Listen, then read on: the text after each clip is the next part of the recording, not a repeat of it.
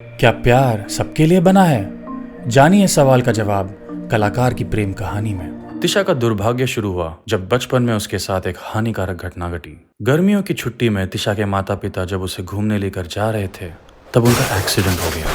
तिशा बच गई पर माता पिता दोनों गुजर गए और तिशा को अकेला छोड़ गए।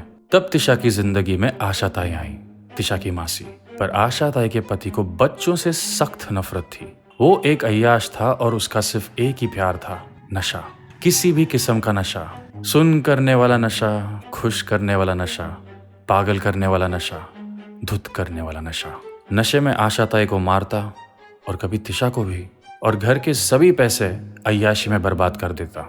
एक दिन ये सब आशा ताई की सहन शक्ति के बाहर चला गया और फिर साले औरत पे हाथ उठाता है, आज तो मैं तेरी तंगड़ी ही तोड़ दूंगी।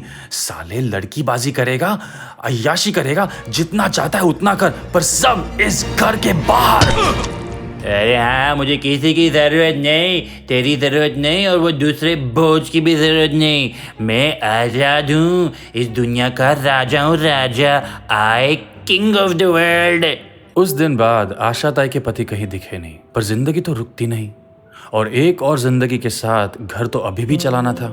इसीलिए आशा ताई ने जो काम मिले, कैसा भी काम मिले, पीठ तोड़ने वाला काम मिले, सब उठाना शुरू कर दिया। और ऐसे ही एक दिन जब आशा ताई काम कर रही थी तब फूल बिछे या कांटे हो, राह न अपनी छोड़ो तुम, चाहे जो विपदाएं आए, मुख को जरा ना मोड़ो तुम। बस ईश्वर पर रखो भरोसा, पाठ प्रेम का पढ़े चलो, जब तक जान बनी हो तन में तब तक आगे बढ़े चलो। ओए, ये बोलता पोपट किसका है रे? ए आशा, ये तेरी बच्ची है क्या? अरे क्या मस्त बोलती है रे। इसको किधर एक्टिंग स्टेज पे डालना, मस्त पैसा कमाएगी। और फिर शुरू हुई तिशा की एक नई जिंदगी, एक ऑडिशन से दूसरे ऑडिशन तक। और जैसे जैसे आशा ताई के पास पैसे आए उनका लालच भी बढ़ता गया। बेबी, तुम्हें और बेहतर काम करना पड़ेगा और तुम्हें और काम करना पड़ेगा। ऐसे जिंदगी में थक कर नहीं चलता ना, हमें साथ नंबर 1 बनना है, समझी? और यही सिलसिला चलता गया सालों तक।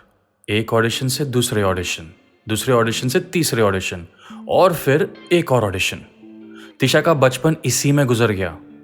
तिशा स्टार बन गई पर काम कभी कम नहीं हुआ।